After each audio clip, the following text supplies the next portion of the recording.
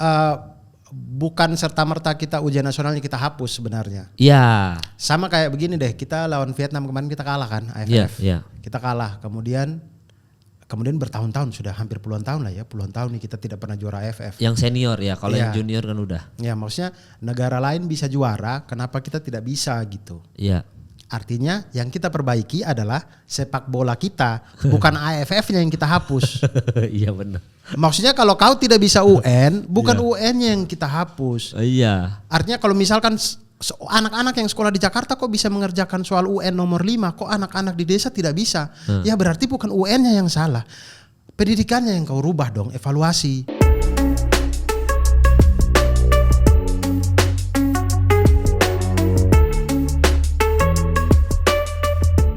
Selamat datang kembali di Bertahan di Industri ya, dan bintang tamu kali ini adalah pengamat kepala desa. Enggak ya. Aduh, ada Abdur nih ya, gokil. Bertahan di industri. Bertahan di industri. Luar biasa. Iya kan, ini yang gue interview di sini orang-orang yang berhasil bertahan di industri, tidak tergerus sama regenerasi. Tidak tergerus sama komika-komika baru mungkin. Tidak tergerus sama artis-artis baru. Oh gitu. Berarti tidak bisa dong Aris Karisma di sini gitu. Anjing. Artis karisma. Berarti tidak bisa Fajar Sad Boy. Di sini tidak bisa. Oh siapa tahu bertahan loh. Iya siapa tahu kan. Siapa tahu. Makanya dari generasi Alif Cepmek, apa sih yang Rehan, nyanyi Rehan ya kan? Iya. Terus dari Fajar Sad Boy, gue pengen lihat siapa yang paling long lasting, Dur. Kalau menurut lu siapa yang mungkin kira-kira masih bertahan lah? Alif Cepmek, kamu nanya ya kan? Kayaknya Fajar Sad Boy. Menurut lu, karena dia pure komedian kayaknya ya? Iya karena dia tidak bergantung pada apa-apa gitu. Kalau viralnya dia tidak bergantung pada sesuatu yang lain. Kalau Alif Cepmek itu kan dia sangat bergantung pada Kamu nanya. iya bergantung pada sosok Dilan. Oh iya. Kalau sosok Dilan ini hilang, ya dia juga agak sulit untuk tetap ada gitu. Iya. Kecuali dia ya. bisa menemukan yang lain. Iya. Dan Fajar Sad Boy itu kemarin gue baca tweetnya Joshua, sebenarnya dia itu secara nggak langsung udah berteori punchline. Dia tuh anak stand up Indo Gorontalo. Stand up Indo Gorontalo? Beneran Lur? Beneran. Oh. Saya tidak tahu ini sudah tidak boleh. Tidak apa-apa lah. Saya ketemu dia di waktu saya promo di Radit. Ngisi di Radit. Kapan itu? Sekitar seminggu lalu apa ya? Bintang tamu sebelumnya si Fajar. Kemudian cerita-cerita baru saya tahu kalau dia tuh anak stand up Indo Gorontalo. Jadi dia tuh mengerti premis, setup, punchline, dia paham. Oh berarti bener Joshua itu. Iya dia paham. Bagaimana cara membuat lucu tuh dia paham. Bagaimana cara membelokkan asumsi segala macam itu dia paham. Makanya saya bilang kalau dari kacamata saya ketika saya bercerita dengan dia, jenius lah. Dia bisa menciptakan itu. Jadi jenius, kecuali nangisnya asli gak ya? Nggak tahu ya, air mata keluar sih. Iya. Dia gampang banget nangis. Iya mungkin dia orang yang gampang menangis mungkin. Mungkin ada sih cowok-cowok yang kayak gitu ya. Iya, yang gampang banget menangis kemudian akhirnya dikuras dengan persona dan segala macam. Iya. Bahkan dia tuh saya yang kaget tuh apapun yang kita bicarakan dia punya kata-kata ininya mutiara. Iya, dia punya gitu. Maksud saya itu kalau orang aneh aja gitu tidak mungkin, pasti dia tuh baca. Iya. Mungkin menulis. Dan dia bisa terus maksudnya ada aja terus punchline gitu ya. Iya, kita ngomong soal tombol ada soal tombol, soal lampu ada soal lampu. Speaker ada soal speaker. Apa aja yang kita obrolin mengalirnya itu ada aja kata-kata mutiara. Makanya saya mikir kayak anak ini kayaknya dia jenius sebenarnya. Bikin materi dia jangan-jangan sebelum itu ya. Mungkin dia kayak Bang Komeng, yang kalau Bang Komeng itu kan yang kita tahu cerita-cerita dari senior-senior kan gelas apa ya? Apa gelas yang lucu dari gelas tek. Oh dibikin. Iya, yang lucu dari handphone apa tek. Jadi begitu dikumpulin orang main props apapun dia lu mah kayak gelas gitu. Sudah ada. Udah disiapin diksi-diksinya segala macam, sudah siap semua amunisinya ya. Betul. Oh, iya memang jadi komedian itu mungkin kalau buat sebagian orang kita tuh ngelucu ngelawak gini-gini kayak orang tolol, tapi sebenarnya kita mempersiapkan. Kita nulis lah. Kita nulis lah, gila. Gak gampang loh ngelawak itu loh. Gua ngundang Rigen ke sini aja Rigen aja udah bisa bedah Kang Andre ngelawak kayak gimana, Surya gimana. Karena kan dia pelawak industri. Iya, jadi dia karena dia paham karakter-karakter orang, akhirnya dia paham bagaimana cara masuknya. Iya, maksudnya kan nggak semua komika juga begitu diundang TV ngejokes bisa langsung masuk kan nggak semua. Betul. Gue termasuk yang nggak bisa tuh. Sama, saya juga tidak bisa. Saya tidak bisa. Mungkin Ari bisa, Diki sekarang bisa. Ya. Rigen, Jegel, Jegel, Hipsi. Bisa tuh, gue nggak bisa dulu. Saya juga sama. Gue harus bener-bener nulis aja dulu, ditulis materinya, terus stand up aja bisa. Betul.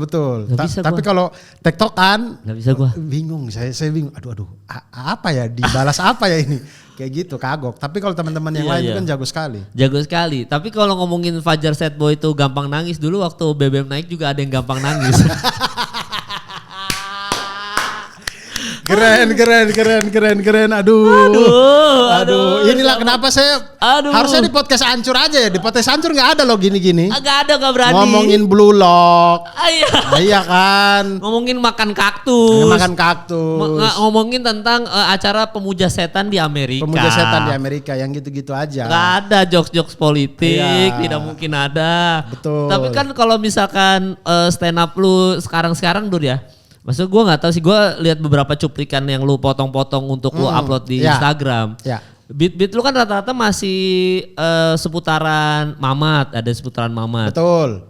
Terus masih ada seputaran Timur, kalau gak salah masih ada. Gue lupa kemarin tuh lu ada upload yang bukan soal Mamat mabok itu ya, yang bercanda. Itu tuh. Kayaknya ada bagus kok kemarin lu terakhir upload beat lu apa? Yang Benteng Belanda. Oh, yang banyak benteng, semuanya benteng nih. Jadi harus lari. Nah, kalau lu bikin spesial seputaran itu juga jokesnya? Seputaran itu juga.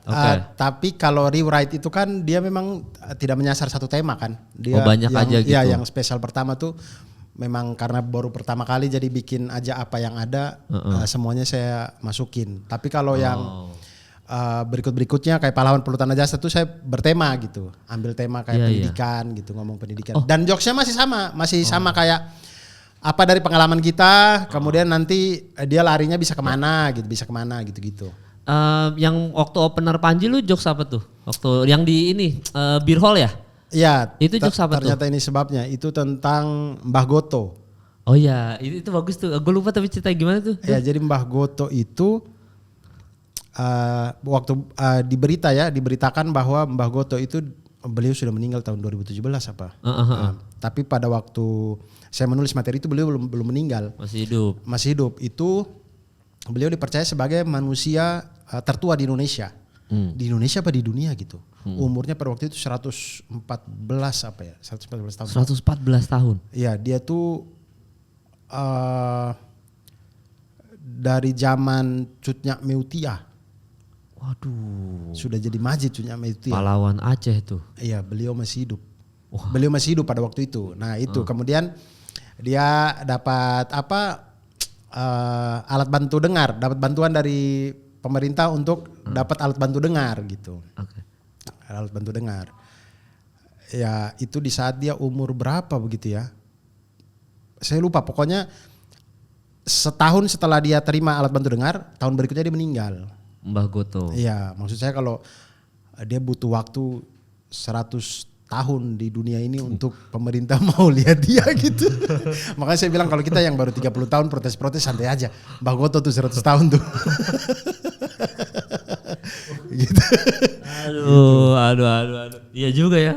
Oh jadi jokesnya tuh tentang itu bagus tuh. Ya, jokes cuplikan, gue lihat cuplikannya aja yang lu upload apa Panji upload gue lupa. Lu kayaknya ngupload. Ya. Lu pakai baju itu kan? Baju korpri. Baju korpri. Iya, yang kenapa? lama. Konsepnya kenapa waktu itu pakai baju korpri? Ada beat tentang itu?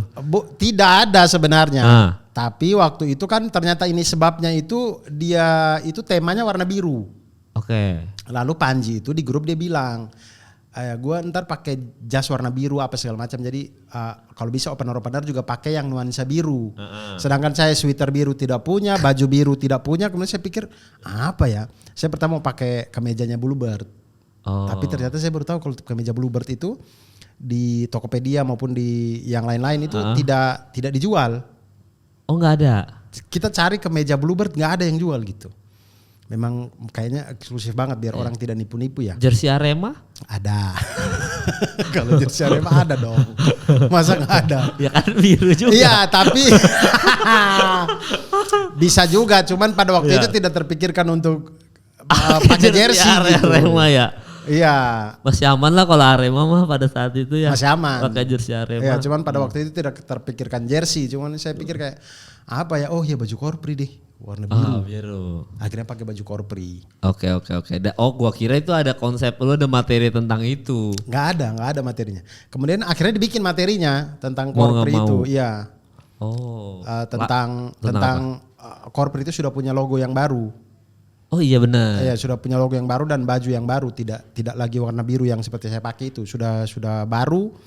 Dan itu pemenangnya itu di zamannya Pak Anies kalau tidak salah, bikin lomba, DKI Jakarta bikin lomba, kalau tidak salah kemudian menang orangnya, kemudian saya cuma sindir doang kayak ya orang itu menang karena dia sangat percaya pada Panji bahwa sedikit lebih beda lebih baik daripada sedikit lebih baik.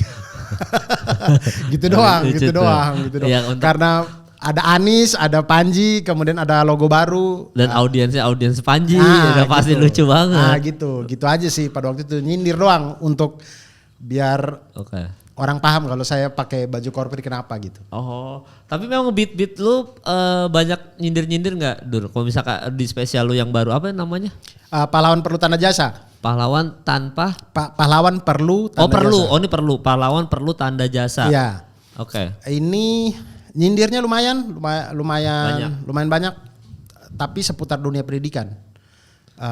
Soal kurikulum, soal mata pelajaran, soal guru, kemudian suasana kelas, kemudian ujian nasional, ranking dan segala macam gitu. Kenapa lu angkat tema itu? Kenapa saya angkat tema ini sebenarnya karena waktu saya di Suci dulu, tema pendidikan waktu kompetisi itu saya pernah bikin materi soal sertifikasi guru. Tampil tuh di Kompas. Lalu kemudian beres dari situ, bahkan sampai sekarang masih banyak guru-guru yang ngerespon masalah sertifikasi guru itu dengan positif gitu. Maksudnya ternyata memang itu yang mereka rasakan dan itu kemudian disuarakan.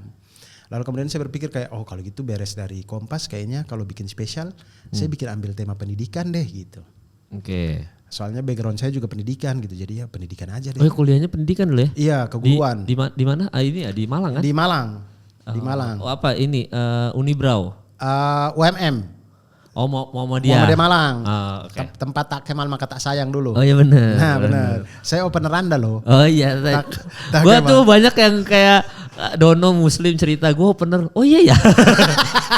Bener-bener. Gue gak mau merhatikan. Anda opener saya materi Spiderman itu saya ingat. Iya. Saya ingat sekali. Aduh anjing goblok. Iya benar-benar.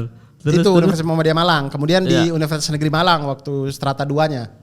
Oh soalnya lu udah S2. Iya di situ. Tapi dua-duanya di Malang. Nah kemudian itulah saya berpikir kayaknya beres dari Kompas kalau bikin spesial saya ambil tema pendidikan deh gitu. Tapi belum baru ini kesempatan lu bikin kan? Betul sekali. Harus di manajemen yang maksa bikin spesial baru akhirnya saya bikin spesial gitu.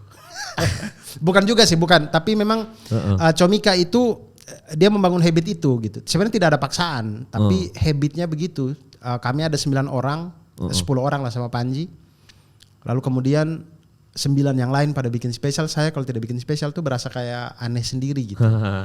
Akhirnya mau gak mau. Mau gak mau karena habitnya lingkungan yang dibangun di Comika begitu. Akhirnya tahun lalu bikin rewrite, tahun ini saya bikin pahlawan perlu tanda jasa. Berarti gitu. Baru 2 nih ya? Baru 2. Kalau rewrite tuh gak ada nyinggung pendidikan sama sekali? Tidak ada. Dia bebas aja gitu, kemana-mana gitu materi saya itu. Tentang Papua, tentang Indonesia Timur, tentang kabinet, tentang apa gitu. Wah, gitu tentang aja. Kabinet. Ceritakan sedikit tentang tidak. Ada di itu. Di digital download ya. Nah kalau ini berarti pure pendidikan nih, pahlawan perlu tanda jasa ini. Ya betul, pure pendidikan. Apa keresahan yang paling ini deh, yang paling bold keresahannya apa di situ soal pendidikan ini? Soal kurikulum. Oh, berarti soal kurikulum kenapa? Jadi kita itu sekarang ada kurikulum merdeka sekarang. Jadi sebenarnya kemarin-kemarin tuh kalau di teman-teman lihat di Twitter, Twitter tuh adalah beberapa orang yang mengquote omongannya Mas Nadiem di mana gitu.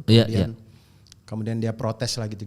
Kemudian ada juga yang bikin tweet balasan dan segala macam. Saya sebenarnya mau balas juga, cuma saya mikir kayak, aduh materi saya bocor nanti. Oh, jadi emang dia apa Twitter jadi soal apa? Jadi orang membuat tweet bagaimana kemajuan pendidikan di bawahnya Mas Nadiem Makarim ini. Oke. Tapi menurut saya tweetnya bisa dibantah gitu. Oh, si tweet orang ini ya? Iya, sangat bisa. Ada poin apa nggak yang menurut lo ini yang harus dibantah nih? Satu poin aja. Misal dia di bilang, itu. misal dia bilang dengan kurikulum merdeka itu pemerataan pendidikan lebih berasa karena guru itu kan lebih paham siswanya seperti apa. Lalu kemudian kebebasan. Jadi merdeka, betul-betul merdeka. Jadi tidak ada kompetensi dasar yang diseragamkan oleh negara dari Sabang sampai Merauke. Ditentukan saja sama gurunya. Kemudian dicapai oleh anak-anaknya karena guru yang paling paham siswanya kan. Iya. Sejenak kayak keren gitu. Oke.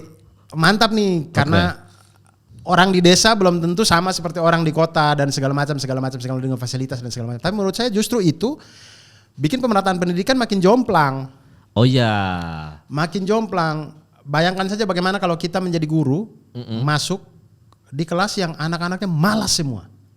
Yang rata-rata malas gitu. Misalkan saya punya kompetensi dasar, misalkan kalau matematika pokok bahasan aljabar misalkan ya. Anak-anak itu harus bisa mencari akar persamaan kuadrat misalkan. Iya. 7 kali pertemuan saya mengajar, anak-anaknya tidak bisa. Lalu yang dilakukan sama guru adalah ya dia ubah kompetensi dasarnya. Anak-anak mampu membaca soal. Udah cukup. Gitu aja. Oh, itu kurikulum merdeka itu seperti itu. Iya, semerdeka itu. Semerdeka itu. Jadi semua itu wewenangnya ada di guru di kelas. Ada di guru. Negara tidak lagi, kalau kurikulum yang dulu kan negara menentukan kompetensi dasarnya apa. Sabang sampai Merauke guru-gurunya berusaha untuk mencapai kompetensi dasar ini. Sekarang kompetensi dasar diserahkan kepada guru. Guru yang karena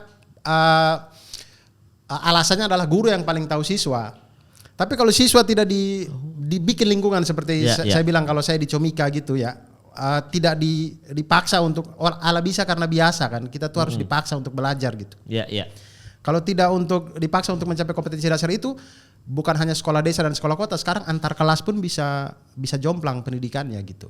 Iya karena beda-beda. Beda guru, beda perlakuan, beda kompetensi, maka kemampuan dari kelas A dan kelas B bisa berbeda. Bahkan kalau gurunya juga knowledge setiap guru kan beda-beda ya. Betul. Cara mengajar apa segala macam bisa beda banget juga tuh. Bisa beda juga. Kalau guru yang satu ini gurunya tipikal Panji, mungkin satu kelas ini maju. Ya. Ya kan, tapi kan ada guru yang kalem-kalem kayak Frimawan, santai. Ya mungkin kelasnya juga santai gitu, bisa juga. Dan itu juga tidak ada ditambah lagi dengan tidak ada ujian nasional kan? Ya, jadi tidak ada pengujian secara serentak atau biar melihat kompetensi dasar yang sama antara Sabang sampai Merauke gitu tidak ada. Jadi dengan kompetensi dasar misalkan saya kompetensi dasar cuma segini, ya saya lulus juga, orang guru-gurunya juga yang bikin, sekolah juga yang menentukan lulus dan tidaknya. Tapi soalnya kalau ngomongin soal pendidikan ya, gue juga termasuk ada sedikit concern lah soal pendidikan ya, edukasi. Kalau masalah ujian nasional itu sih memang udah dari wacananya udah dari kapan orang udah mulai nggak setuju sama UN kan? Ya. Karena kayaknya kemampuan anak-anak ini tuh nggak bisa kita samaratakan dengan hasil dari ujian nasional. Jadi lebih baik kayak sistemnya ujian, gua nggak tahu sih namanya istilahnya dulu apa ya. Jadi kayak ujian apa yang dia bisa itu yang diuji. Betul. Ya kan, apa misalkan kemampuan lu nih apa memang dari sekolah itu dari misalkan 3 tahun SMA ya.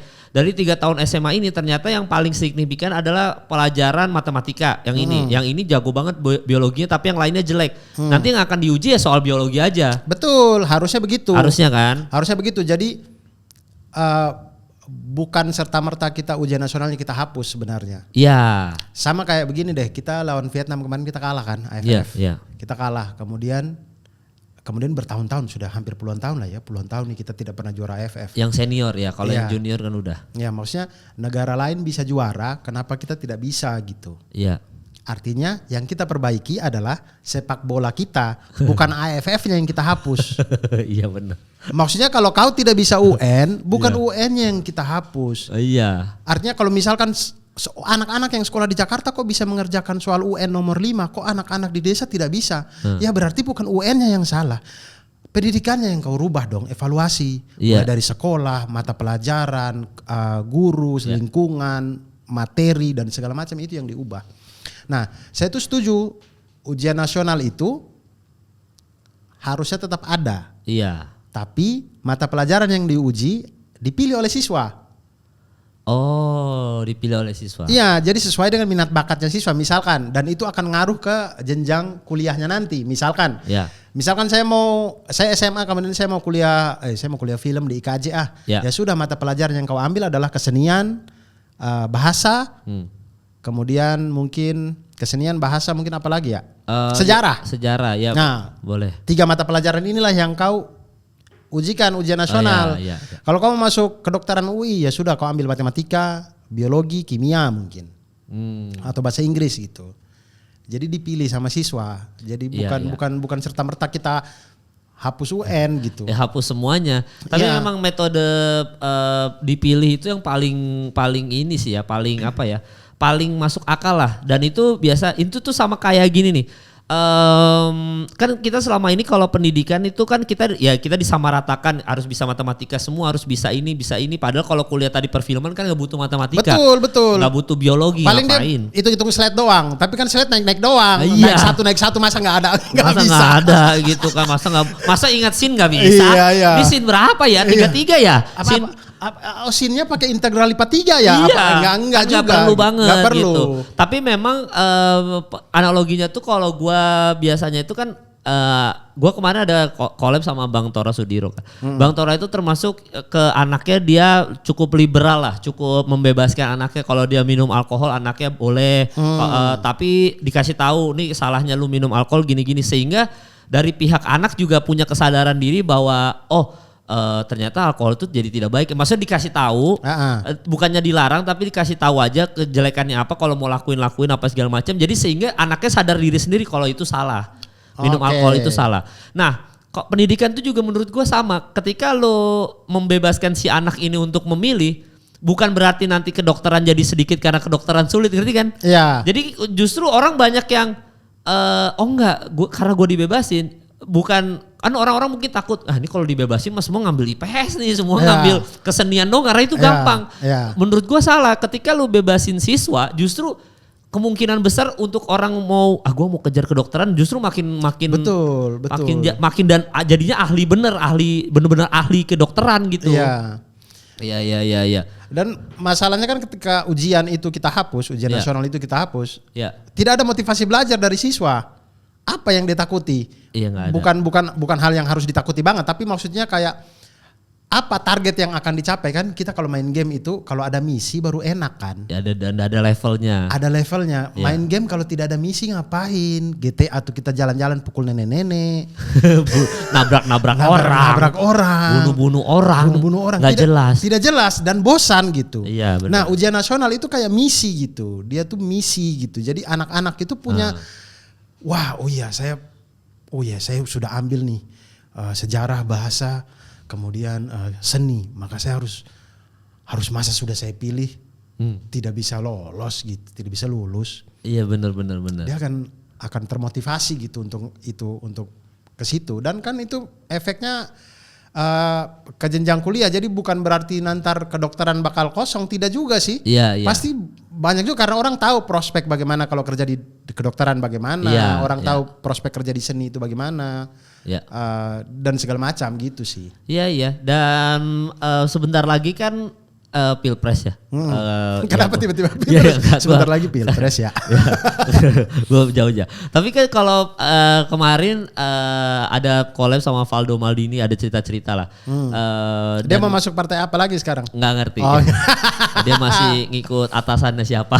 Oh iya. Yang masih ngasih kursi masih PSI. Jadi masih ngikut. Masih di situ. Teman yang lain sudah sadar. Iya. Udah keluar dari PSI.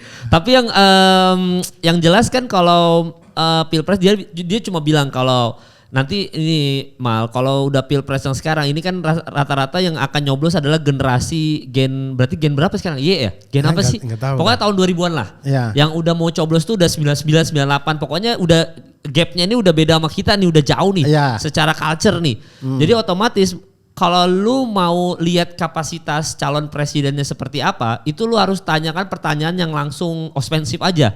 Udah nggak usah tanya soal Pak bagaimana perkembangan ekonomi, udah nggak kayak gitu nanyanya. Tapi nanyanya udah Pak gimana tanggapan Bapak soal LGBT? Bagaimana tentang legalisasi ganja? Udah langsung kayak gitu. Dan kita lihat reaksi calon presiden ini jawabannya seperti apa. Karena milenial itu pasti nunggu, bukan ya pokoknya Gen Z ya berarti sekarang. Pokoknya dia nunggu jawaban seperti itu. Sama kayak soal pendidikan sebenarnya dulu. Kita itu bisa nanya soal Pak ujian nasional penting nggak? Langsung aja, langsung tanya. Mungkin Pak Anies akan jawab yang gimana. Ganjar bagaimana. Pokoknya pasti beda-beda. Dari situ menilai bahwa itu tuh pertanyaan yang anak muda sekarang relate gitu loh. Kayak Pak ujian nasional perlu dihapus atau tidak? Gitu. Sekolah nih wajib belajar 12 tahun. Kalau negara lain ini sudah ditanggung sama negara. Masalah pendidikan sampai dia lulus SMA. Kita kira-kira kalau Bapak menjadi presiden itu pendidikan bakal ditanggung seperti negara lain atau gimana? Pertanyaan harus sudah langsung kayak gitu. Iya gitu. harus yang yang aksi nyata gitu. Yang kita tanya jawabannya itu benar-benar yang langsung ini. Kalau kayak misalkan ekonomi kan dia kayak ngambang-ngambang banget gitu kan. Iya. Jawabannya apa dan segala macam. Kayaknya begitu deh harus begitu gitu deh, dan harus detail aja kayak Pak ujian nasional dihapus atau enggak gitu. Atau enggak gini.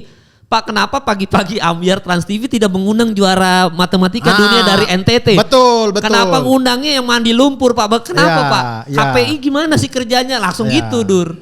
Pertanyaannya langsung harus begitu. Nanti dari situ lihat reaksinya dan itu yang paling nge-relate sama anak muda itu pasti yang menang suara. Dan itu pertanyaan-pertanyaan kayak gitu tuh yang gampang banget FYP di TikTok tuh kalau dijawab. Iya. Daripada dia menjawab masalah pertahanan negara lah, apalah gitu-gitu. Iya makanya kan, concernnya banyak orang concernnya sama masalah pendidikan kayak di teman gue Dias tuh di podcast Hancur, dia soal pendidikan juga. Makanya dipecandain sama anak-anak, berarti lu harus Pak Anies nih. Pak Anies backgroundnya kan pendidikan.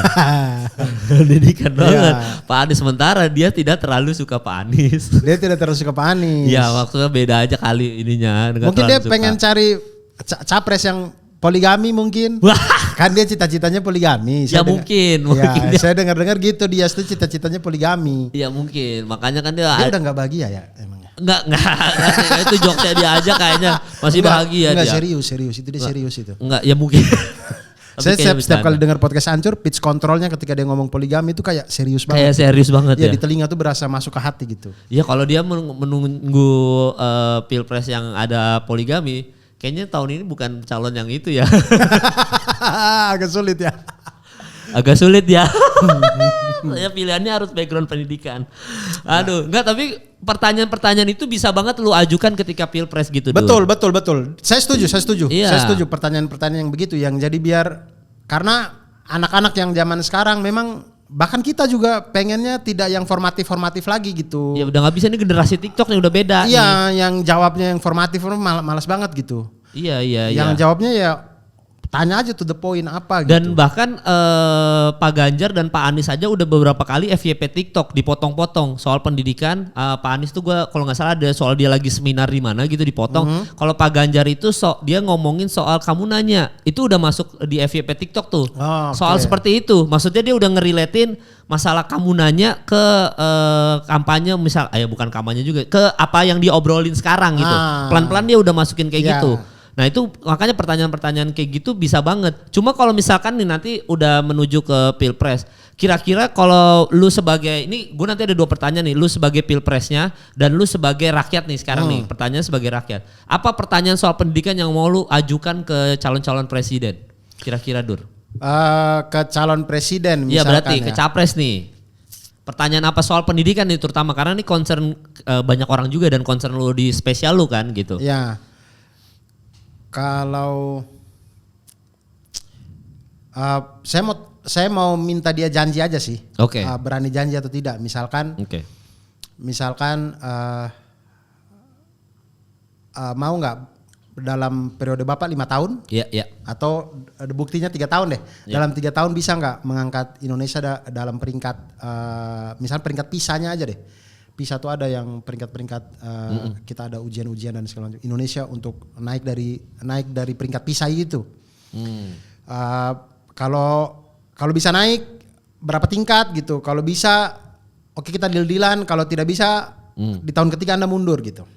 Oh gitu ya. Misalnya gitu. Jadi majunya gitu ya. Langsung main janji aja karena dia presiden gitu. Kalau kita detail-detail dan segala macamnya itu lebih ke menteri pendidikan kan. Iya. Yang lebih bekerja. Jadi kalau ke presiden kayaknya saya akan nuntut itu sih. Nah, arahnya langsung ke situ ya. Arahnya akan ke situ karena dari PISA misalnya indikator PISA kita naik itu tuh perubahan yang terjadi itu banyak gitu. Perpustakaan makin bagus-bagus. Iya. Minat baca makin naik. Kemudian anak-anak rajin sekolah. Kemudian di sekolah itu jadi menyenangkan dan segala macam. Iya. Itu banyak sekali faktor yang kita bisa naik dari peringkat PISA itu. Iya bener sih. Dan kalau misalkan kita bilang soal Pak Jokowi kan adalah bapak pembangunan. Banyak orang bilang gitu kan, bapak pembangunan. Coba jadi Soeharto dong. Oh iya juga. Iya sama ya. Sama ya. Kok sama? Siapa yang kasih nama bapak pembangunan tuh? Siapa ya? Saya ya kayaknya. Apa saya salah ya gitu ya. Nah tapi istilahnya ya pembangunan soal pembangunan lah. Kan banyak yang bahkan kan Valdo Maldini juga staf susnya Pak Jokowi dong. Oh iya. Kan selalu Valdo tuh selalu ngomong bercandanya. Aduh janganlah kau ragukan itu soal pembangunan sama Pak Jokowi itu udah pasti bagus lah. IKN apa pasti jadilah gitu. Jalan tol baru atau apa pasti jadilah. Karena selalu yang dikedepankan adalah soal pembangunan lah gitu kan. Nah sementara kalau bayangin kalau nanti yang calon presiden tahun 2024 sampai 5 tahun ke depan adalah dia lebih utamain pendidikan. Berarti lu bayangin secara pembangunan udah mulai bagus tapi SDM juga naik gitu loh Dur maksud gue. Iya betul. Jadi kalau materi stand up lu soal pendidikan itu ketika nanti akan kalau capresnya ini lebih mengutamakan pendidikan itu jadi kita balance banget sebagai warga negara pembangunannya udah bagus semuanya MRT, LRT semua IKN jadi apa segala macam tapi disokong dengan presiden 5 tahun ke depan fokusnya adalah pendidikan. Jadi kan SDM kan kemarin kan soal pagi-pagi ambiar Trans TV aja deh. itu yang paling inilah yang paling karena pas kita rekaman yang paling ini ya paling gembar-gemborin ya. Selalu kan dia netizen ngomong kayak ngapain orang-orang bodoh dikasih panggung. Selalu gitu kan netizen tuh selalu ngomong orang bodoh udah gak usah dikasih panggung. Ini yang NTT juara matematika ini yang dikasih panggung. Tapi rating tidak ada. Iya betul. Rating tidak ada tapi kembali lagi banyak netizen yang ngomong ya mau bagaimana bang SDM kita cuma sampai di orang mandi lumpur. Belum nyampe nih kita ngomongin kayak pendidikan juara matematika dunia NTT nih nggak masuk nih. Secara SDM masyarakat ya gitu loh. Ya. Berarti kan pendidikan kita sebobrok itu sampai mandi lumpur aja tuh bisa diundang TV dan orang seneng gitu loh. Iya. Bahkan sebelum masuk di TV kan saya tidak tahu tapi saya baca-baca dari tweet-tweetnya orang. Iya. Saya belum pernah nonton langsung, cuman sebelum dia masuk ke TV aja, dia live mandi-mandi itu segala macam itu banyak yang tonton dan banyak yang sawer kan. Iya. Ya artinya sebelum sampai ke sana pun ternyata memang banyak orang yang suka itu gitu. Iya. Iya dan itu PR besarnya kita sih, maksudnya memang wow bagaimana itu caranya mencerdaskan bangsa ini sampai segitunya gitu.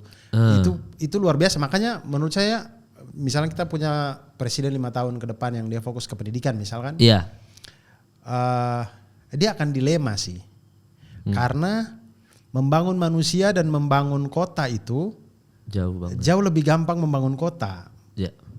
Makanya kita lihat banyak sekali kepala-kepala daerah yang dalam 1 tahun tiba-tiba bikin taman kota. Tiba-tiba bikin apa. Karena itu bisa dilihat. Masyarakat tuh langsung bisa lihat kayak, ih keren ya wali kota ini. Dia bikin taman kota ini. Keren nih. Iya. Nah kalau Ada balihonya lagi ke Oscar. Iya, betul. Terima kasih kepada dirinya sendiri. Underpass. Iya. Kok bisa Iya, ada orang wali kotanya saya lagi, ya ampun. iya ngasih baliho loh dia loh. Itu keren gitu, gua salut tuh, hebat tuh. Tidak bisa berkata-kata saya. Iya, karena saya sampai lihat di sosmed itu sampai ya Allah.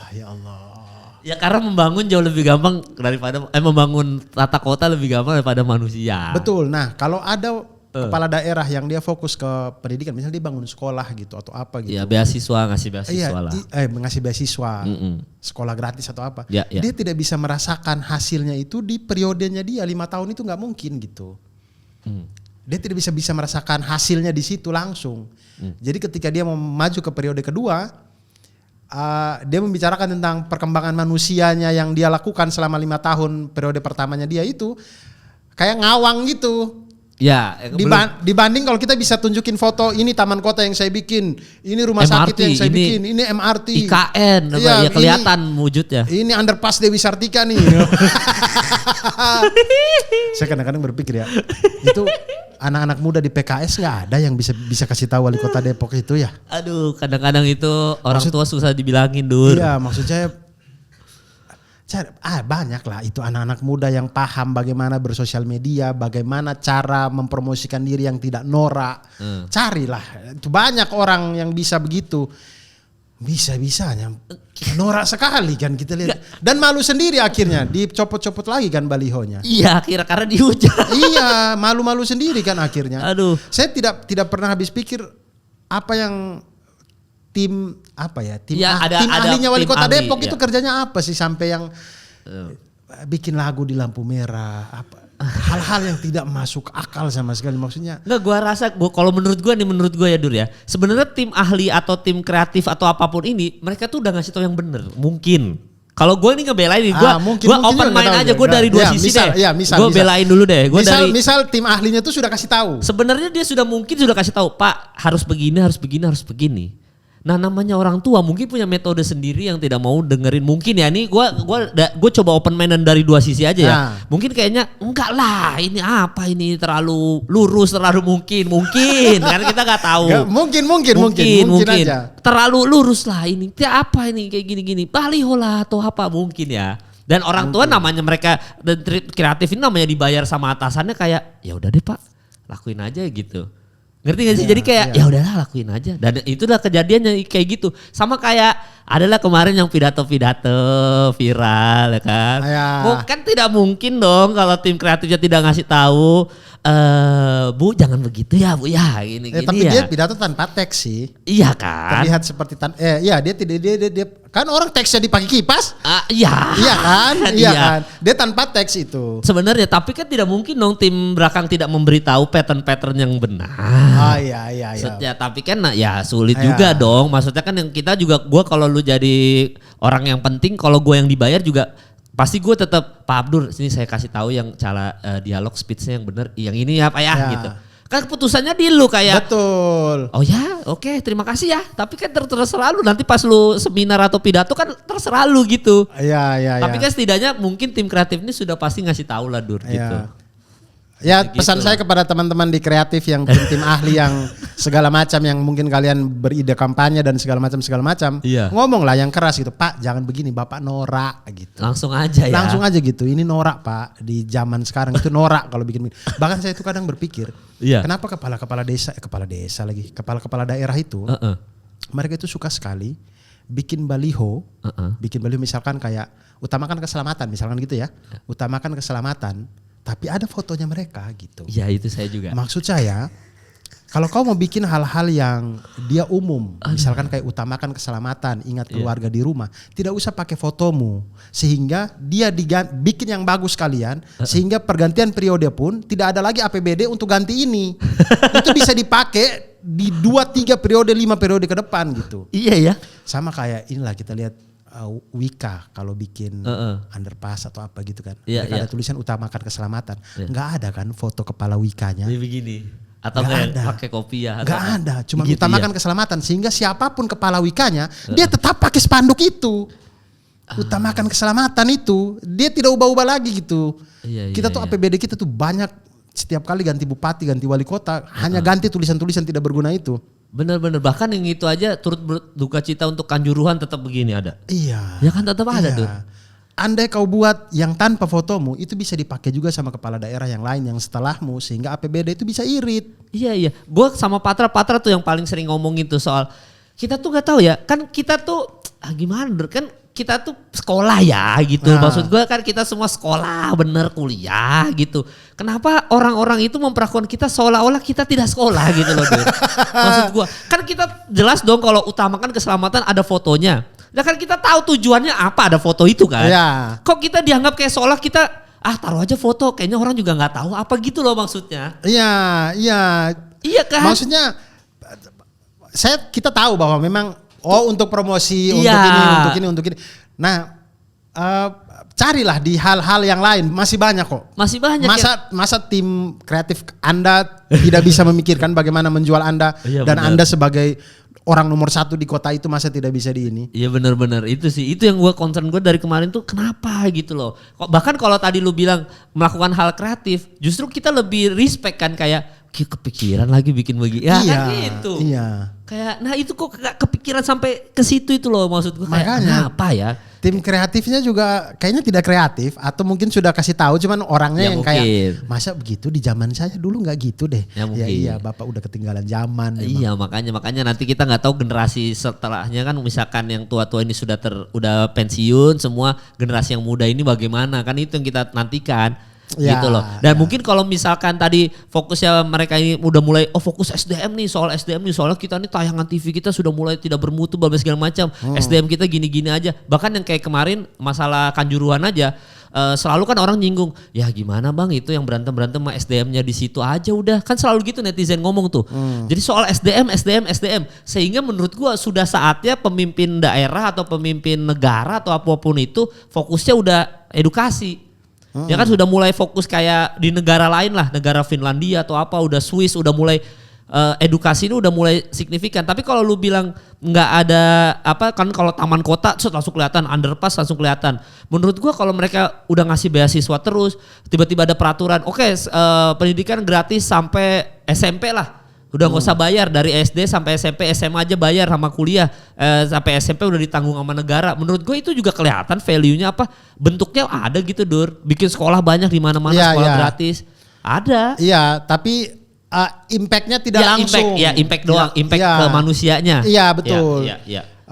Kalau underpass kan siapapun bisa gitu, lewat langsung. Iya. Taman kota siapapun bisa langsung datang. Bahkan sekelas kayak Bonge aja bisa nolak beasiswa Sandiaga Uno ya. Kalau gue lupa sih itu. Yang kayak gitu-gitu tuh. Iya. Maksudnya Bonge apa yang temannya satunya itu? Atau temannya tuh, iya. Kan bisa gitu kan, maksudnya bisa nolak. Iya bener juga ya. Kita ngasih beasiswa bener, tapi kan tergantung anaknya dimanfaatin atau enggak. Iya dan dia butuh jangka panjang kan. Kalau beasiswa ya tunggu sampai dia lulus. Apakah masa depan dia jadi orang yang berguna atau tidak dan segala macam gitu. Tapi kalau lu jadi presiden, misalkan lu yang jadi presiden, untuk pendidikan apa yang lu mau lakukan Dur?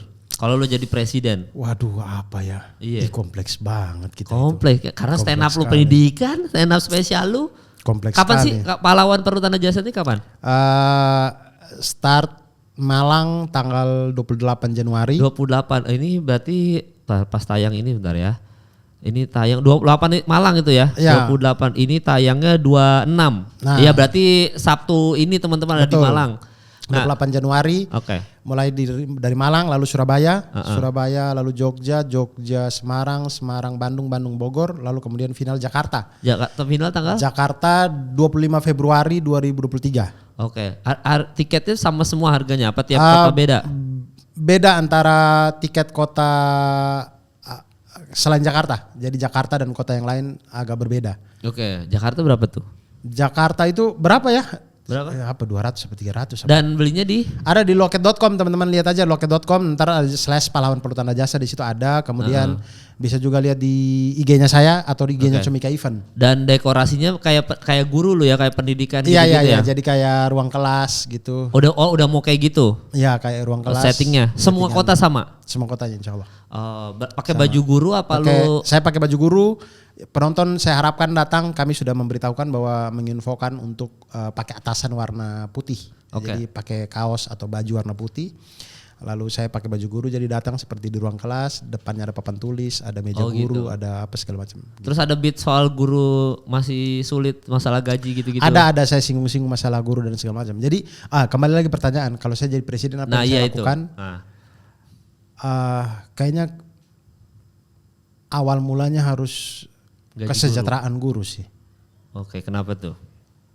Karena guru itu dia tuh kan tombaknya pendidikan sebenarnya. Jadi kalau kita bilang bagaimana seorang guru mau profesional di bidangnya, dibilang dia kerja profesi tapi ternyata tidak dibayar secara profesional gitu. Kalau dia bisa dibayar seperti selayaknya profesional, layaknya dokter atau yang lain yang bekerja profesi gitu. Enak sekali dia masuk kelas, segala perhatiannya dia bisa dia tuangkan untuk anak gitu. Tapi kalau kita tidak membebaskan dia dari tanggungan-tanggungan domestiknya, dia akan datang masuk kelas, dia ngajar tapi pikirannya itu lagi, istri saya tidak bisa beli sayur, anak saya belum bayar uang sekolah, segala macam. Jadi perhatian dia kepada siswa pasti tidak akan penuh, akan kurang. Dan bahkan guru itu adalah orang tua kedua dan waktu lebih sama guru jauh lebih banyak ketimbang orang tua kita sendiri. Betul. Bahkan guru itu dia itu ditugaskan tidak hanya dari rancangan pembelajaran yang dia bikin, RPP yang dia bikin itu tidak hanya menuntaskan RPP yang dia bikin di 2 jam pelajaran yang dia masuk. Guru itu juga bertanggung jawab ketika anak itu sebenarnya guru itu ketika anak tidak motivasi belajar nih, dia ikutin tuh. Kenapa anak ini tidak ini? Diikutin secara profesional gitu. Diikutin, dilihat perkembangannya. Oh oke, anak ini suka main di lapangan sana. Guru itu ke sana ngajak cerita apa segala macam. Itu perlu banyak waktu hanya untuk satu anak. Untuk bagaimana sebegitu pedulinya. Nah, itu bisa dilakukan kecuali dia sudah tidak punya tanggungan apa-apa di keluarga gitu. Kalau dia pulang masih ngojek, masih cuci motor, masih kerja di tempat-tempat lain ya, bagaimana dia mau fokus masalah pendidikan seorang anak gitu. Nah guru tuh kalau kayak ini deh, Pak gurunya Nobita deh. Dia tuh kan ada tuh episode-episode yang dia datang main ke rumah Nobita, ngobrol sama ibunya Nobita, tanya masalah. Nah guru tuh begitu tuh, mendidik anak tuh tidak hanya di kelas, tapi dia ikutin kehidupan anak ini gitu. Karena dia bertanggung jawab masa depan anak kecil ini ya. Iya, karena siswa di dalam kelas tuh kan tidak berdiri sendiri. Motivasi dia di dalam kelas tuh sangat terpengaruh pada apa yang terjadi di rumah, apa yang terjadi di lingkungan temannya, apa yang terjadi di lingkungan bermainnya dan segala macam. Nah guru itu dituntut untuk bisa menganalisa siswa tuh sebegitunya sebenarnya. Dan itu memerlukan waktu yang banyak, banyak sekali yang harus dia korbankan. Ya mungkin kalau tadi kita ngomongin soal presiden bentuk nyatanya, kerja nyatanya seperti apa, mungkin ya untuk kita daripada beasiswa dan bangun sekolah gratis atau gratis sekolah sampai ini, guru dulu utama ya. Iya, guru Jadi, dulu deh. Kalau ada presiden yang fokus ke pendidikan, gurunya dulu nih yang diamanin nih. Iya. Dari tadi segala macam bentuk kesejahteraan. Jadi duit-duit negara ini kayaknya untuk mensejahterakan guru duluan tuh ya. Iya, kalau misalkan tahu diri ya. Karena kompleks banget masalah pendidikan. Kalau misalnya saya jadi presiden, apa yang harus saya pilih?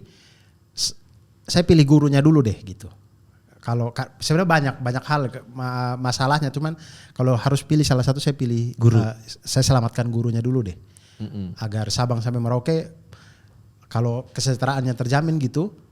Guru yang keren sekalipun, maksudnya yang lulusan-lulusan terbaik, kita tempatkan di pelosok-pelosok pun dia mau aja. Orang gajinya sama dengan guru yang di Jakarta. Iya benar. Tapi orang kan tidak mau keluar dari Jakarta atau tidak mau keluar dari ibu kota provinsi karena memang gajinya berbeda gitu. UMR-nya beda. Iya. Jadi guru di Jogja dengan jadi guru di Jakarta jauh beda kan. Jauh gitu. Nah kalau itu bisa disamaratakan dan segala macamnya, tentu keren jadinya. Ya, dan kalau kembali lagi kita nanti ketika udah Pilpres di 2024 kita mau ngelempar pertanyaan untuk capres, kayaknya pertanyaan itu bisa deh. Apa yang mau Bapak lakukan untuk guru? Iya. Bapak berani nggak? Atau langsung aja, Bapak berani nggak naikkan gaji guru semuanya minimal 5 juta sebulan gitu. berani nggak gitu. Dan kayak asuransi ditanggung, terus habis itu keluarganya segala macam gitu ya? Iya. Kalau itu pasti ada di BPJS kalau mereka. Iya pasti ya, karena pejabat negara juga hitungannya guru mau nggak mau ya. Iya. Iya. Baik mereka ASN maupun guru yayasan biasanya sudah ditanggung Ada, BPJS. iya. Guru honor yang tidak jelas sebenarnya. Oh iya. Guru honor tuh nggak tahu dia punya BPJS atau tidak gitu, atau tanggungan tunjangan dan segala macam. Tapi harusnya juga ada. Jadi betul-betul diberlakukan bagaimana mulai dari guru honor sampai yang ASN pun semuanya terjamin gitu. Nah kalau lu punya anak sekarang Dur ya? Nanti lu mendidik anak lu untuk masuk milih sekolah atau apa gimana sistemnya ntar? Berdasarkan dia sih, jadi 50-50 lah. Jadi pertimbangan dari saya dan istri seperti apa, tentu saya akan minta pendapatnya gitu. Mau nggak di sini gini. Nah itu gambaran lu apa tuh? Misalkan SD mau masuk apa nih? Negeri kah atau swasta kah atau SD agama Islam kah atau apa gitu? Saya mikirnya sih ada saya di dua pilihan aja kalau di SD nanti. Misalkan dia masuk SD nanti pilihannya di dua, antara sekolah negeri atau sekolah Islam. Oke. Gitu, karena kalau saya ambil saya tuh takut, kayak sebenarnya ada juga teman yang bilang begini, sebenarnya kalau kita sekolahkan anak di sekolah swasta yang keren, iya. Itu sebenarnya tidak hanya kita tuh bayar mahal, itu bukan hanya bayar untuk pendidikannya, tapi kita juga bayar untuk lingkungannya. Jadi bayangkan misalkan kita berdua nih di satu sekolah yang keren banget gitu ya, misalkan ya. Dibayar mahal kan kita sekolah di situ. Iya. Tapi suatu saat nanti ketika kita sudah di dunia kerja, teman-teman kita itu ya bos-bos perusahaan. Iya dong. Karena mereka itu berasal dari sekolah-sekolah itu. Bos-bos perusahaan itu biasanya kan hasil dari anak-anak orang kaya yang mereka memang sekolah di itu. Jadi memang kita tidak hanya bayar untuk sekolahnya, tapi kita juga bayar untuk kita punya teman-teman yang keren-keren ini gitu. Anjing, gue baru kepikiran, iya juga ya. Iya. Ya Sandiaga Uno kenapa bisa berteman dengan Erick Thohir dan apa-apa ya? Ya iya sekolahnya, iya benar. Lingkungannya itu. Oh anjing, gue kepikiran. Kalau Sandiaga Uno sekolah di Kupang ya temannya siapa? Ya temennya anak-anak Kupang. Iya. Dia pasti itu ya, begitu-begitu itu kita bayar lingkungannya. Kayak ini deh, Raditya Dika deh, temennya Adriano Colby, siapa lagi artis-artis yang lain ya, siapa. Itu sekolah negeri di selatan. Yang keren. G Pamungkas juga dari situ apa ya? Iya, G Pamungkas Alizar ya. Nah di situ jadi mereka itu bayangkan kita udah dunia kerja sekarang, gila Radit teman sekolah gua tuh. Patra Gumala deh. Oh iya. Gofar. Angga Sasongko tuh teman gua tuh. Iya. Artinya dia selain kuliah dia membayar lingkungan itu, pertemanan itu. Nah tapi kalau saya berpikir bahwa manusia bisa lah berteman dan segala macam, suatu saat nanti dia akan menemukan jalannya sendiri. Tapi kalau saya lebih memilih sekolah ke negeri itu karena saya pengen anak saya bertemu dengan orang-orang yang majemuk.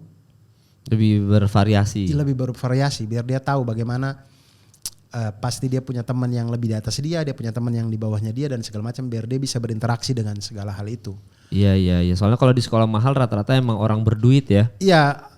Homogen biasanya kan, dia tidak terlalu heterogen. Dari lingkungan, background lingkungannya. Soalnya kalau gua punya anak beda lagi tuh kan. Kalau gua dulu SD-nya Muhammadiyah ya, jadi SD gue SD Islam. Kalau gua tadi memang soal anak ini tadi bagus juga tuh masalah kita bayar mahal karena kita juga bayar lingkungan dan link-link yang ada nanti ketika dewasa nih. Dewasa. Bisa aja mereka ini calon presiden ada sekolah ini, mungkin calon menteri atau apa, bisa dari sekolah atau CEO kan. Beda dengan kita ada di sekolah negeri yang mungkin kedepannya ya dia cuma bisa aja lulus karena dia bandel cuma jadi tukang ojek apa segala macam, ada kayak gitu-gitulah. Maksudnya ada pertimbangan calon presiden ada ini, tapi bisa aja dari calon presiden temennya ada yang jadi tukang ojek nih, gapnya terlalu jauh. Karena tadi kita bilang sekolah negeri kan heterogen ya. Cuma kalau pemikiran gue adalah karena gue SD Islam, jadi gue juga pengen anak gue sekolahnya di SD Islam. Jadi biar secara nggak langsung mungkin kalau gue nggak ngomongin homogen heterogen, tapi gue ngomongin soal ilmu agamanya nih. Jadi dari kecil diajarin sholatnya dulu, sama gurunya diajarin ilmu agamanya yang benar, cara berpakaian yang benar sesuai adab agama seperti apa. Nanti SMP SMA-nya baru gue gue sekolahin di yang mungkin yang mahal itu tadi, atau enggak yang negeri, sekolah negeri baru. Jadi secara SD-nya Islam udah bener nih paling lama kan, soalnya SD paling panjang ya. Iya. Jadi dan mereka masih kecil, yang dimana umur SD paling sulit kita ngajak ke masjid aja sulit gitu. Iya, iya. Jadi di SD biar gurunya ngajarin agama yang bener. SMP oke lah, SMP dia masuk negeri yang dimana heterogen itu tadi dia belajar keberagaman. SMA-nya baru yang mahal banget, yang internasional. Jadi sehingga dia begitu kuliah dia punya link-link yang baik. Gitu, iya, jadi dia belajar dari situ. Jadi adabnya, moralnya, agama dia punya. Pas SMP dia belajar heterogen tadi di SMP karena SMP-nya SMP negeri. SMA-nya udah yang internasional, yang Don Bosco apa sih yang internasional gitulah. Ya. Junior pokoknya international school gitu. Apa JIS itu sampai SMA gak sih? JIS. Iya SMA. Jadi ya maksudnya Cikal. Iya, apalagi gue lupa yang di Cilandak itu yang di TB Simatupang. Iya, High Scoop. Nah kayak gitu-gitu. Iya. Jadi secara knowledge-nya dia udah nyebar kemana-mana. Tapi gue butuh basic agamanya dulu nih, sehingga nanti ketika dia dewasa. Tapi ini kan teori ya teman-teman. Pasti teman juga komen, bang teori doang lu bang. Aslinya prakteknya sulit bang. Kalau anak lu udah bandel-bandel aja gitu. Tapi setidaknya gua kebayangnya ketika ilmu agamanya sudah kuat ketika dia kecil, ketika nanti dia kita tidak mungkin tidak berdosa lah Dur ya. Pasti berdosa lah. Entah nanti dosa besar atau dosa kecil, pasti manusia itu berdosa. Tapi setidaknya keimanan ilmu agamanya waktu SD ini yang bikin dia tahu batasan sampai di mana kita harus berdosa gitu loh Dur. Iya, karena memang usia SD namanya sekolah dasar ya. Dan itu tuh fase di mana manusia juga kalau ditanam sesuatu dia melekatnya lebih lama ketimbang ditanam di SMP atau SMA gitu. Iya, lebih lama. Gitu. Jadi itu fase-fase yang bagus untuk kita tanam nilai-nilai yang baik gitu. Iya, kalau itu ini gua, tapi pasti netizen ngomong bang teori lu bang, nggak mungkin kejadian bang, pasti sulit. Gua juga punya anak rencana gua begitu bang, nggak ada yang tembus ini. Ya tapi setidaknya gua rencana ada rencana aja dulu. Yang penting kita sebagai manusia punya planning gitu, nggak apa-apa. Punya planning. Tapi ini sebelum udahan kita Dur, tadi kita ngomongin soal tadi lu mau mensejahterakan guru, pokoknya kesejahteraan guru dulu deh. Lu boleh milih dari semuanya, beasiswa, sekolah gratis sampai SMP atau SMA. Tapi lu utamakan guru ya, dan guru paling lama sama kita lah. Menurut lu soal seks edukasi gimana Dur? Soal guru tuh juga menurut gue seks edukasi ini penting nih ke guru ya, apalagi guru tuh. Maksudnya seks edukasi pada guru atau guru kepada siswa, guru kepada siswa. Kapan mereka menurut lu nih, kalau lu ingin mengutamakan guru, lu jadi presiden nih, kapan lu kasih kurikulum soal seks edukasi ke siswa-siswa ini? Sebenarnya sekarang tuh sudah ada. Sudah ada ya. Kan kalau kita Penjaskes, pendidikan jasmani dan kesehatan. Nah, Penjas itu selain pendidikan jasmaninya ada materi juga soal kesehatan. Itu dia mengajar di kelas, tidak di lapangan. Nah, mengajar di kelas itu terkait pertolongan P3K. Kemudian ada juga tentang seks edukasi. Sebenarnya ya? Ada. Jadi teman saya ada yang guru Penjas, dia bercerita itu. Jadi dia ini guru Penjas SMP, SMA, SD? Dia SMP. SMP, oke. Dia mengajar soal bagaimana seks edukasi gitu. Yang ini pengalaman dari dia ya. Dari guru, dari temannya saya juga. Jadi sebenarnya bagaimanapun saya tidak tahu bagaimana dia di kelas, tapi dia cerita bahwa hal yang sangat canggung memang. Bercerita, maksudnya menjelaskan itu kepada siswa itu, bagaimanapun itu bahasanya sudah formal, sudah dengan buku dan segala macam, tetap ada kecanggungan-kecanggungan. Yang mana sebenarnya siswa-siswa ini, kata dia, siswa-siswa ini semuanya itu mereka tahu. Kalau tidak ada saya, mereka akan bicara itu. Tapi suasana kelas itu canggung sekali karena mereka tuh pura-pura macam tidak tahu dan segala macam, sengaja bertanya yang mancing-mancing dan segala macam gitu. Tapi menurut saya seks edukasi itu paling masuknya sebenarnya dari orang tua sih. Bukan guru nih dari ya, lingkungan bukan. rumah. Iya, guru tuh tambahannya aja di sekolah karena Materi aja mungkin guru. Iya, karena itu tadi omongan-omongan yang akan canggung sekali memang berbicara itu bukan dengan anak sendiri, bukan dengan ini, itu agak canggung memang berbicara yang begitu. Tapi kalau kita punya anak sendiri dan kita kasih tahu sendiri dan segala macam, harusnya jauh lebih nyaman. Iya kan kalau ngobrol dengan keluarga sendiri gitu. Pasti anak juga bertanya juga kalau kita sudah membuka diri dari awal. Lebih bisa vulgar dia. Iya, nanya, dia ya. lebih bisa terbuka gitu. Ketimbang dengan guru yang orang lain buat dia bagaimanapun bukan muhrim apa segala macam, dia pasti mau tanya-tanya yang ini juga dia pasti takut dan segala macam gitu sih kalau saya. Iya, seks edukasi berarti lebih ke orang tua daripada guru ya. Iya. Iya, Jadi kalau tanya tadi di kurikulum, sekarang sudah ada di kurikulum memang ada seks edukasinya. Tapi memang kendala di lapangan adalah salah satu dari teman saya cerita itu memang itu kecanggungan di kelas tuh sulit dihindari. Ternyata itu ya, karena kemarin-kemarin tuh sempat jadi pembahasan orang ya Pak, soal seks edukasi ini penting banget nih buat nanti supaya tidak ada lagi kita ngomongin soal aborsi, tidak ada lagi tiba-tiba anak sekolah hamil terus dia harus berhenti sekolah ya kan, ada gitu-gitunya kan. Jadi memang concern orang di dunia pendidikan juga termasuk seks edukasi. Makanya buat kalian nih yang lagi nonton episode ini ya pasti kalian udah punya ini sendiri lah Bang bagusnya tuh seperti ini langsung komen aja soal pendidikan di Indonesia, dan jangan lupa nonton Pahlawan Perlu Tanda Jasa ya. Ya. Itu tanggal-tanggalnya dulu sebutin lagi dulu. Start dari Malang 28 Januari, nanti Ya. Surabaya 29, Ya. kemudian Jogja dan Semarang itu minggu depannya, saya lupa. Kemudian Bogor dan Bandung minggu depannya lagi, kemudian di Jakarta akhirnya di 25 Februari 2023. Venue-nya di Jakarta di mana? Di sini, sebelah sini nih, Taman Ismail Marzuki. Oh di teater besar. Teater besar lu pakai. Ya. Oh, David pernah bikin di situ kan? David pernah bikin di situ Ayah Ikhlas 2. Iya, kalau Patra teater kecil. Dia bikin di teater kecil. Soalnya ya nggak tahu ya penontonnya dikit. Enggak, Patra emang enggak berani aja sebenarnya. Bisa aja ya. Bisa aja. Tapi nanti di teater besar jangan lupa beli tiketnya di loket.com juga karena setnya juga unik, kayak pendidikan tadi kita bahas. Abdur pakai pakaian guru, yang datang juga disuruh pakai baju putih kan. Baju putih, jadi ini unik, ada papan tulis, ada meja guru gitu-gitu ada ya settingannya. Ada. Jadi unik buat kalian yang pengen nonton special show soal pendidikan dan dengan set yang unik juga, langsung aja nonton Pahlawan Perlu Tanda Jasa. Pokoknya Abdur sehat-sehat terus, sukses terus buat Abdur, dan buat yang nonton episode ini sekali lagi mohon maaf atas kesalahan yang ada di episode ini. Mungkin kayaknya banyak kesalahan banyak kesalahan kita, tapi ya di sini kita cuma ngelempar opini, kita cuma berdebat. Kalaupun ada kesalahan, nggak pasti ada lah, kesalahan kita pasti ada. Pokoknya kalau kesalahan yang kita lakukan di sini mohon dimaafkan buat gua sama Abdur. Kalau ada informasi yang salah atau kegoblokan kita yang salah, langsung benerin aja di kolom komentar, karena gue yakin netizen tuh jauh lebih pintar dari kita. Betul. Iya, gue selalu lempar aja. Karena mereka karena sama seperti kalau saya nonton YouTube, saya itu bisa nonton sambil googling. Iya. Kalau kita bercerita gini kan kita tidak sambil googling. Jadi apa aja yang di kepala yang kita ingat, kita ngomong kadang ingatan itu kan bisa salah, bisa benar gitu. Bisa benar, bisa salah. Makanya langsung dibenerin aja di kolom komentar supaya nanti gue sama Abdul pas baca komen kalian, oh maksudnya ini toh. Jadi kita nambah knowledge lagi. Betul. Gitu. Jadi thank you udah nonton episode kali ini, sampai ketemu di episode selanjutnya.